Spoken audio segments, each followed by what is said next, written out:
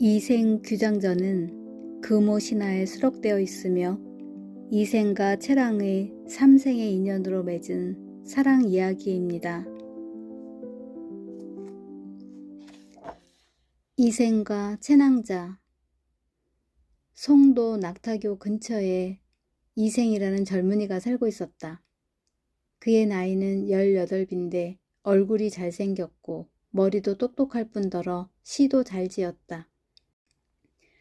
이생은 날마다 국학에 다니며 열심히 공부했다. 이생이 국학에 오가는 길목에 선중리라는 마을이 있었다. 그 마을에는 큰 집이 하나 있었는데 그 집에 사는 16살쯤 된 채낭자의 얼굴이 선녀처럼 예뻤다. 채낭자는 자수와 바느질을 잘했으며 시 또한 잘 지었다. 마을 사람들은 이생과 채낭자를 칭찬하며 노래를 지어 불렀다. 풍류 호걸은 이도령, 꽃다운 처녀는 채낭자. 재주와 얼굴이 음식이라면 두 사람만 보아도 배부르겠네.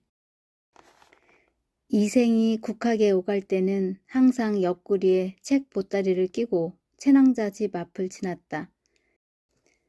그 집 담장 밖에는 수십 그루의 수양버들이 가지를 늘어뜨리고 줄지어 서 있었다. 이생은 수양버들 그늘 아래 앉아 잠시 쉬어가곤 했다. 어느 날 국학에 가다가 수양버들 아래서 쉬던 이생은 호기심이 생겨 담장 안을 엿보았다. 선녀같이 어여쁜 채낭자가 담장 너머 별당에서 지낸다는 소문은 친구들에게 들어서 알고 있었다. 아, 채낭자의 얼굴이라도 한번 보았으면 소원이 없겠네.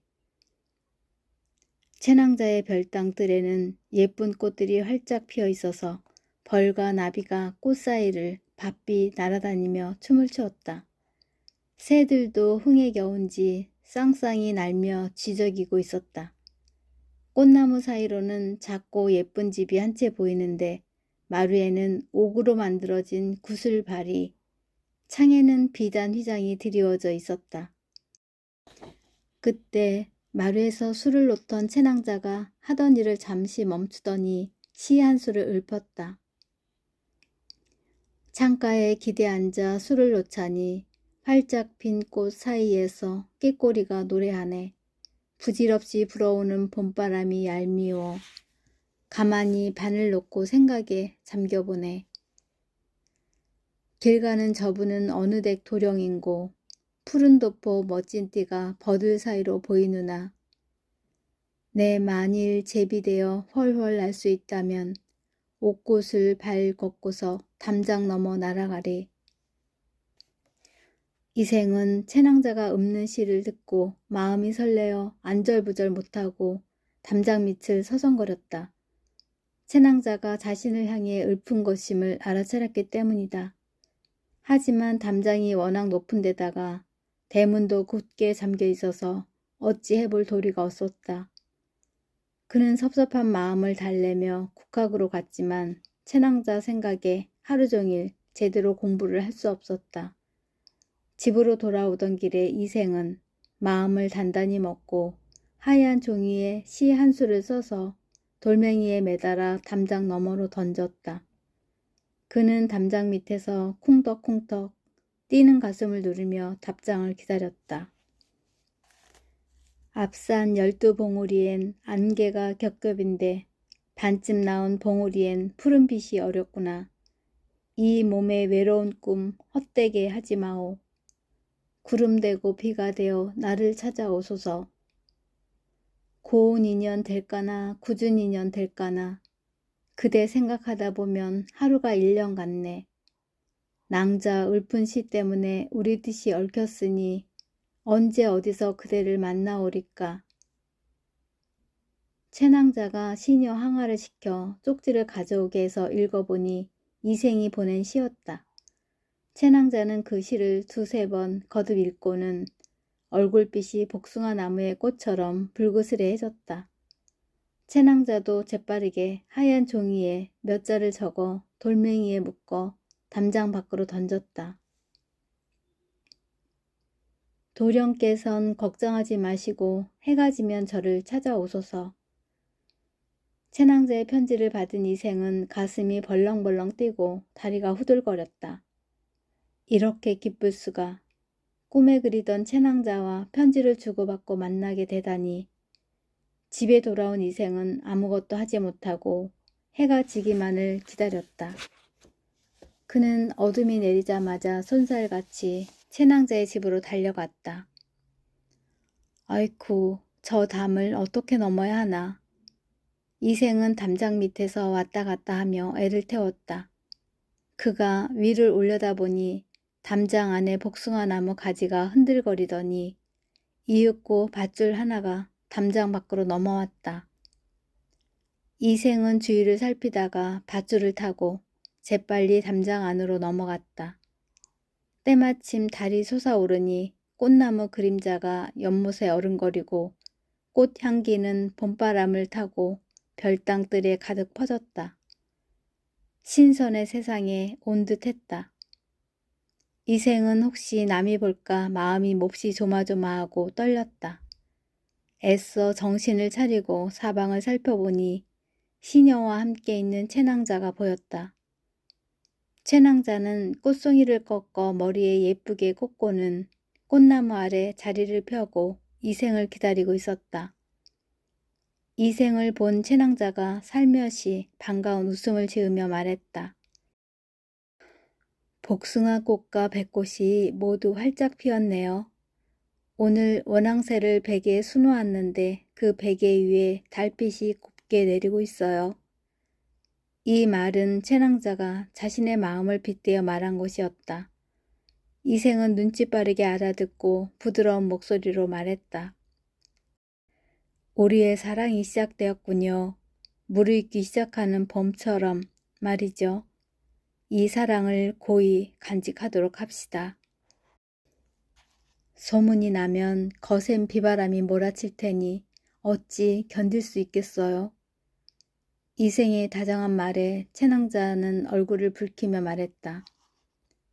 소녀는 도련님을 낭군으로 모시고 아내의 도리를 다하며 오래도록 행복하게 살고자 했습니다. 연약한 소녀도 사랑하는 마음이 이리 굳은데 대장부이신 도련님께서 미리 걱정부터 하시다니요. 나중에 이 일이 알려진다 해도 그 꾸지람은 소녀 혼자 다 받겠습니다. 부끄러워하면서도 당당히 말하는 채낭자의 모습이 이생의 눈에는 더욱 아름답게 보였다. 미안하오 낭자. 하지만 낭자를 향한 내 마음이 한 떨기 꽃처럼 붉은 것은 아시겠지요? 채낭자는 고개를 끄덕였다. 그러고는 시녀에게 술과 안주를 내오라고 했다. 잠시 후 시녀가 술과 안주를 가져와 상 위에 정성스레 차려놓고 가자 사방은 고요하고 인기척 하나 없었다. 두 사람은 잠시 동안 서로 술만 권할 뿐 말을 아꼈다. 이생이 먼저 입을 열었다. 낭자, 이곳은 참 아름답군요. 어떤 곳입니까? 이곳은 저희 집 후원에 있는 별당입니다. 외동딸인지라 부모님께서는 소녀를 각별히 사랑하시어 연못가에 예쁜 별당을 지어 마음껏 놀게 해주셨습니다. 부모님께서 머무시는 곳은 이곳에서 멀리 떨어져 있어서 아무리 웃고 떠들어도 잘 들리지 않는답니다. 채낭자는 술 한 잔을 따라 이생에게 권하고 시한수를 지어 읊었다. 누각에 구부러진 난간은 연못 속에 잠겼는데 연못과 꽃밭에서 고운님과 속삭이네. 꽃향기 안개처럼 퍼져서 봄이 무르익어가니 새로 시를 짓고 사랑 노래 부르는구나. 달이 뜨니 꽃 그림자 돗자리에 스며들고 꽃나무 가지 흔드니 붉은 꽃비가 쏟아지네. 바람 부니 꽃향기가 옷 속에 스미는데 이물 위에 봄을 맞은 듯 달빛 아래 춤을 추네. 비단 치마 가벼운 옷자락이 해당화 가지를 스치니 꽃 사이에 잠을 자던 앵무새가 놀라 깨네. 채낭자의 고운 목소리를 들으니 이생의 가슴속에서도 사랑의 시가 출렁거렸다. 그는 바가지로 물을 퍼내듯 가슴속에 시를 퍼올렸다. 무릉도원이 들어서니 온통 꽃이로구나. 임 그리던 이내 마음 어이 말로 다하리. 윤기 나는 예쁜 머리 쪽지어 군비녀 꽂고 푸른 모시옷 새로 지어 봄단장을 하였구나. 봄바람 불어와 두송이 꽃을 꺾었으니 비바람 일랑 불지 마오. 꽃들이 가엾다오. 옷소매 나부끼며 살랑살랑 춤추는 그대는 개수나무 그늘 아래 춤추는 항아 선녀인 듯 기쁜 일 지나가면 시름이 따라오라니 우리의 사랑 이야기 앵무새에게 말하지 마오. 채낭자를 사랑하는 마음이 깊어갈수록 이생의 가슴속에는 두려움도 커져갔다. 몰래 하는 사랑이어서인지 애틋함 또한 더욱 큰 것 같았다. 그런 마음을 조심스럽게 읊은 시였다. 두 사람은 시와 술을 주고받으며 오랜 시간을 보냈다.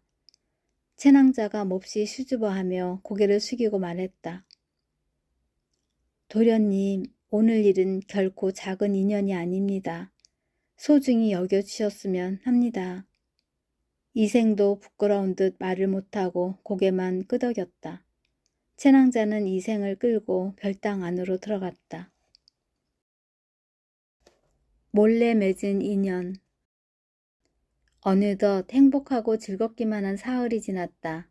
이생은 슬슬 걱정이 되기 시작했다. 그는 그늘진 얼굴로 채낭자에게 말했다. 부모님께 가는 곳을 알리지도 않고 집을 나온 지가 벌써 3일이 지났습니다. 저를 애타게 기다리실 부모님을 생각하니 마음이 아픕니다.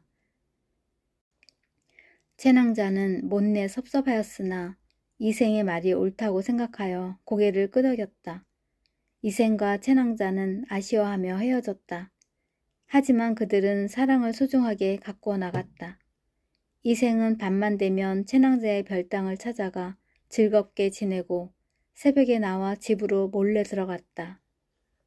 어느 날 저녁 이 사실을 알아차린 이생의 아버지는 밖으로 몰래 나가려던 아들을 불러놓고 크게 화를 내며 꾸짖었다. 네가 아침에 집을 나갔다가 저녁에 돌아오는 것은 공부하기 때문이다. 그런데 저녁에 몰래 나가서 새벽에 돌아오는 까닭은 무엇이냐? 이 일이 세상에 알려지면 사람들은 자식 교육을 잘못했다고 나를 탓할 것이다. 너는 즉시 고향인 울주로 내려가서 하인들이 농사짓는 일을 감독하여라. 다시는 집에 돌아올 생각을 해선 안 되느니라. 다음 날 이생은 아버지의 엄한 명령에 따라 채낭자에게는 떠난다는 말도 못 전하고 울주로 쫓기듯 내려갔다. 채낭자는 저녁마다 별당들로 내려와 이생을 기다렸지만 헛수고였다. 어인일일까 그토록 다정했던 도련님이 소식이 없으시다니. 채낭자가 그렇게 걱정하는 사이 두세 달이 흘러갔다. 어쩌면 도련님은 꼼짝도 하지 못할 큰 병에 걸리셨는지도 몰라. 이생에 대한 걱정 때문에 잠을 이루지 못하던 채낭자는 시녀 항아를 시켜 몰래 알아보게 했다. 아씨, 도련님께서는 아버님께 꾸중을 듣고 울주로 쫓겨가신 지 두세 달이 넘었다 합니다. 이를 어쩌지요? 채낭자는 시녀의 말을 듣고 충격을 받아 그 자리에서 쓰러져 병이 들고 말았다. 방 밖으로 한 발짝도 나오지 않고 음식도 먹지 않았다. 그녀는 누워서 눈물만 흘리고 한숨만 내쉬었다. 채낭자의 몸과 마음은 날이 갈수록 상해갔다. 몸은 야이고 맑고 고왔던 피부는 그 빛을 잃었으며 정신조차 어릿어릿해지는지 말도 제대로 하지 못했다. 채낭자의 부모님은 자꾸만 약해지고 기운을 차리지 못하는 딸을 보며 속을 태웠다. 왜 그러느냐, 어디가 아픈 게냐 말을 해보거라. 부모님을 안심시키려고 채낭자는 괜찮다며 웃어 보였지만 핏기를 잃은 얼굴은 너무나 가냘퍼 보였다. 의원이 다녀가도 무슨 병인지 알 수 없다니 가슴이 무너지는구나. 소중하게 키운 외동딸의 병든 모습에 놀란 부모님은 여러 차례 아픈 이유를 물었지만 채낭자는 입을 열지 않았다. 어느 날 채낭자의 옆을 지키던 부모님은 잠든 딸의 모습을 보면서 한숨을 내쉬고 있었다. 그런데 채낭자의 머리맡에 있던 경대 서랍의 틈으로 뭔가 보였다. 이상하게 생각한 채낭자의 부모님은 서랍을 당겨보았다. 그랬더니 그 속에는 편지가 가득하였다. 편지에는 이생으로부터 받은 시와 사랑의 속삭임이 가득 차 있었다. 채낭자의 부모님은 그제야 딸의 병이 상사병임을 알아차리고 무릎을 치며 외쳤다. 하마터면 하나밖에 없는 자식을 영영 잃을 뻔했구나. 채낭자가 이 소리를 듣고 깨어났다. 아가 얼마나 마음을 태웠니. 사람이 나이가 차면 다 짝을 찾게 마련이란다. 숨길 게 뭐 있겠니. 어서 말해보거라. 어머니가 안타까운 마음에 딸을 달랬다. 하지만 채낭자는 머뭇거리기만 할 뿐 쉽게 말을 꺼내지 못했다. 이생이 누구냐? 침착하게 가라앉은 아버지의 목소리에 채낭자는 더 이상 숨기지 못하고 그간의 사연을 모두 털어놓았다. 소녀를 금과 옥보다 더 귀하게 생각하고 길러주신 부모님께 무엇을 더 숨기겠습니까? 남녀가 제때에 아름다운 인연을 맺은 것은 사람으로 태어나 겪는 일 중에 가장 중요한 일이라 생각합니다. 인연이 소중한 만큼 섣불리 만나지 말고 조심스러워야 함을 배웠건만 소녀는 물가의 버들가지처럼 바람에 흔들려서 제가 배운 것을 잊어버리고 부모님께 걱정을 끼쳤습니다. 채낭자의 눈에 눈물이 어렸다. 괜찮다, 괜찮아. 내 마음의 병을 푸는 것이 중요하니 마저 말해보거라. 소녀와 사랑을 약속한 도령은 소식도 없이 떠나서 돌아오지 않으니 제 가슴은 까맣게 타들어갈 뿐입니다. 소녀 혼자 말 못하고 참고 지내려니 갈수록 그리움이 더해가고 가슴에 한이 깊어져서 이처럼 병이 되었습니다. 어찌하면 좋겠느냐. 부모님께서 제 소원을 들어주시면 남은 목숨 귀하게 살 것이오나 만일 몰라주시면 소녀는 이제 죽게 될 것입니다. 죽어서 이도련님과 짝이 될지언정 절대로 다른 곳으로 시집가지 않으렵니다. 채낭자의 부모님은 더 이상 묻지 않고 딸의 마음을 달래며 오로지 딸의 병이 낫기만을 기다렸다. 한편으로는 중매쟁이를 이생의 집에 보내 혼인을 청하였다. 그러나 이생의 아버지는 채낭자의 집안에 대해 몇 가지를 묻고는 청혼을 거절하였다. 제 자식이 철이 들지 않아 잠시 한눈을 팔았지만 열심히 공부하여 장원급제를 해야 합니다. 그리하여 세상에 이름을 떨쳐야 할 몸이니 벌써 장가를 보낼 수는 없습니다. 중매쟁이가 채낭자의 부모님에게 이 말을 전하였다. 채낭자의 아버지는 잠시 생각에 잠기더니 중매쟁이를 다시 이생의 집에 보내 자신의 말을 전하라 했다. 아드님께서 공부를 잘한다는 것은 누구나 아는 사실입니다. 언젠가는 여의주를 분 용이 되어 힘차게 하늘로 올라가리라 믿습니다. 하지만 장가를 간다 하여 과거 시험에 붙지 못하는 것은 아닙니다. 제 딸도 현명하고 글재주가 있어서 반드시 도움이 될 것이니 둘을 맺어주시는 것이 좋을 듯 합니다. 중매쟁이가 전한 말을 듣고 이생의 아버지는 자신의 속마음을 털어놓았다. 나 또한 젊어서부터 공부를 해왔지만 아직까지 무엇 하나 제대로 이룬 게 없소. 게다가 하인들은 뿔뿔이 흩어져 떠나고 친척들마저 도와주지 않으니 살림살이가 어렵다오. 듣자니 채대감댁은 대단히 부자라는데 어찌 나 같은 가난한 선비와 사돈을 맺을 수 있겠소. 이 말을 들은 채낭자의 아버지는 이생 아버지의 속마음을 눈치채고 다시 한번 중매쟁이를 보내 자신의 생각을 전했다. 결혼에 드는 돈은 걱정하지 마시길 바랍니다. 필요한 것들은 저희 쪽에서 마련하겠으니 마음 쓰지 마시고 좋은 날을 받아 둘을 맺어주는 게 어떨까요? 그제야 이생의 아버지는 청혼을 받아들였다. 그는 즉시 이생을 불러와 물었다. 내가 나이가 찼으니 이제 장가갈 때가 되었구나. 마침 저 선주교 근처에 있는 채대감 댁에서 청혼을 해왔으니 너의 생각은 어떠느냐? 아버님의 말씀이 제 뜻과 한치 어긋남이 없이 들어맞습니다. 깨어진 거울이 다시 합쳐진 것처럼 은하수의 까맣가치가 다리를 놓아준 것처럼 제 마음이 기쁩니다. 허허, 이제 채낭잔의 담장을 넘지 않아도 되니 벅이나 기쁘겠구나. 결혼을 한다 하여 공부를 게을리하면 안 되느니라. 알겠느냐? 채낭자도 이 소식을 듣고 병이 차차 나아졌다. 시녀 항아는 다시 밝아진 채낭자의 모습을 보자 기분이 좋아졌다. 아가씨, 이제 얼굴빛이 꽃처럼 다시 피어나시는 듯해요. 그래, 굳은 인연이 변해 좋은 인연이 되었으니 어찌 내 마음과 얼굴이 펴지지 않겠니?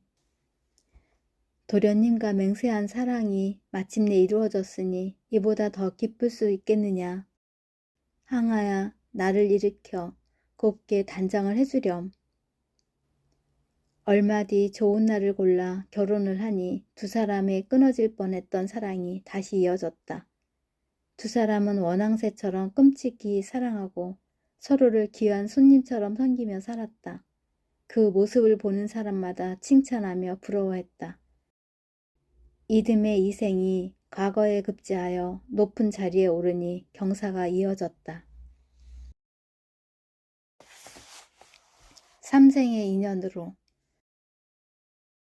이 무렵에 홍건적이 대군을 이끌고 고려에 쳐들어오니 송도가 적의 손에 넘어가고 임금은 남쪽으로 피난을 갔다. 홍건적이 닥치는 대로 집을 불태우고 사람들을 해치며 재물과 곡식과 가축을 도둑질하니 백성들은 가족과도 뿔뿔이 흩어져 살려고 도망치기에 바빴다. 이생도 가족들을 이끌고 깊은 산골짜기로 숨으려고 피난을 가다가 그만 홍건적 무리와 마주치고 말았다. 죽을 힘을 다해 도망을 쳤지만 불행히도 채낭자는 홍건적의 손에서 빠져나오지 못했다. 홍건적 무리가 다가오자 채낭자는 큰 소리로 꾸짖으며 말했다. 이놈들아, 내가 죽어 차라리 늑대의 밥이 될지언정 너희 같은 놈들에게 몸을 더럽힐 수는 없다. 그 말에 화가 난 홍건적 무리는 채낭자를 죽이고는 채낭자의 시신을 아무렇게나 들판에 내다 버렸다. 한편 간신히 목숨을 건진 이생은 채낭자를 걱정하며 숨어 지내다가 홍건적이 물러갔다는 소식을 듣고 부모님이 사시던 옛집으로 돌아왔다. 그러나 집은 이미 전쟁통에 불타버리고 빈터만 남아있었다. 그는 발걸음을 옮겨 채낭자 집에 찾아갔다. 처갓집은 불타버리지는 않았지만 오랫동안 사람이 살지 않아 곳곳에 쥐가 오글거리고 새들만 지저길 뿐이었다. 이생은 옛날 채낭자를 처음 만났던 별당 연못가로 갔다. 그는 별당 난간에 걸터 앉아 해가 저물 때까지 혼자 눈물을 흘리며 옛 생각에 잠겼다. 채낭자와 즐겁게 지냈던 지난날을 떠올리자 그녀가 더욱 그리워져서 쏟아지는 눈물을 참을 수 없었다. 모든 것이 한바탕 꿈만 같았다. 한밤중이 되자 동산 위에 떠오른 달이 별땅들을 환하게 비추었다. 사방이 고요한데 어디선가 발자국 소리가 들려왔다. 이생은 행여나 채낭자가 아닐까 싶어 눈을 크게 뜨고 바라보았다. 분명 채낭자가 조용히 걸어오고 있었다. 죽은 줄만 알았던 아내가 살아있었다니. 이생은 벌떡 일어나 채낭자에게 달려가 손을 잡았다. 부인, 이게 어찌된 일이오? 난 당신이 죽은 줄만 알았소. 어디에 숨어 있었단 말이오? 이생의 물음에 채낭자는 이생의 손을 잡고 한참을 울더니 사연을 털어놓았다. 저는 어려서부터 엄한 교육을 받으며 바느질과 자수를 열심히 익혔고 책을 벗삼았으며 예절을 배웠습니다. 여자의 도리만을 알았을 뿐 바깥일은 모르고 살았죠. 언젠가 낭군님께서 살구꽃과 복숭아꽃이 활짝 핀 별당 뜰을 엿보셨을 때 저는 제 평생의 사랑을 알아보았습니다. 부모님 덕분으로 우리는 부부가 되었고 아들, 딸 낳으며 행복하게 살자 했는데 이런 구렁텅이에 빠질 줄 꿈엔들 생각했겠습니까? 부인, 너무 슬퍼 마오. 이렇게 다시 만나지 않았소. 낭군님, 제 몸은 진흙탕에 버려졌습니다. 하늘이 정한 운명을 제 힘으로는 어찌할 수 없었지요. 저는 낭군님과 헤어진 후 짝잃은 기러기가 되었습니다. 집은 불타 없어지고 부모님도 돌아가시어 서러운 제 영혼이 의지할 곳마저 잃었습니다. 이 슬픈 마음을 누가 달래주겠습니까? 이 몸은 이미 죽어 그 뼈가 들판에 널려 있으니 즐거웠던 시절을 생각하면 한스러울 뿐입니다. 채낭자가 죽었다는 것을 알게 된 이생은 가슴이 터질 듯 아팠다. 그는 채낭자를 끌어안은 채 말도 잇고서 계속 눈물을 흘렸다. 울지 마세요. 신비로운 봄바람이 불어오더니 제 몸이 이승으로 돌아와 낭군님을 다시 뵙게 되었으니까요. 눈물이 그치질 않는구려. 이제 다시는 헤어지지 맙시다. 낭군님께서 지난날의 맹세를 저버리지 않으셨다면 저와 삼생의 인연을 맺어 오랫도록 함께 살지 않으시려는지요. 내 마음을 알지 않소. 나에겐 부인밖에 없소. 이생은 너무 놀랐고 반갑고 또 기뻐서 대답했다.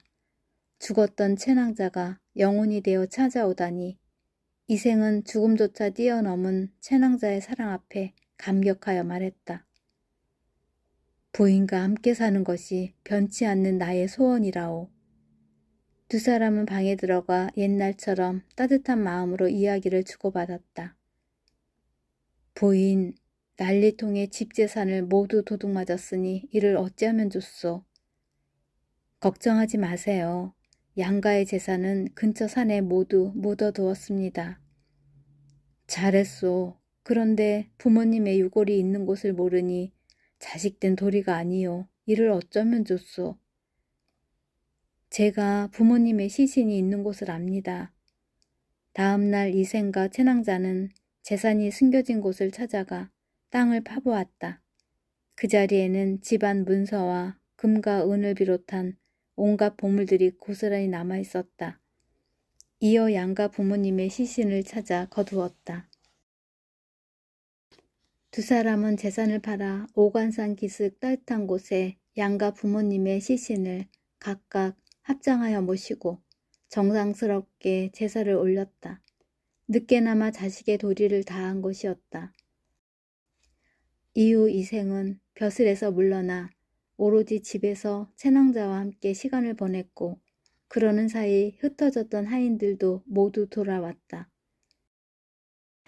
이생은 세상 일에 관심이 사라져 친척이나 친구들을 만나지도 않고 방 안에서 채낭자와 더불어 시를 주고받으며 보냈다. 이렇게 행복한 시간이 흐르고 흘러 어느덧 몇 해가 지났다. 어느 날 밤 채낭자가 눈물을 흘리며 말했다. 낭군님과 3번이나 인연을 맺었지만 세상 일은 뜻대로 되지 않아서 즐거운 시간을 다 보내지도 못했는데 어느덧 또 슬픈 이별을 해야 할 시간이 왔습니다. 이생은 하늘이 무너지는 듯 놀라서 물었다. 또 이별이라니요. 부인께서 느닷없는 말씀을 하시는구려. 저승길은 피할 수 없나 봅니다. 저와 낭군님 사이에 연분이 두텁고 전생에 지은 죄가 없으므로 옥황상제께서 잠시 저를 보내시어 낭군님의 시름을 입게 해준 것이랍니다.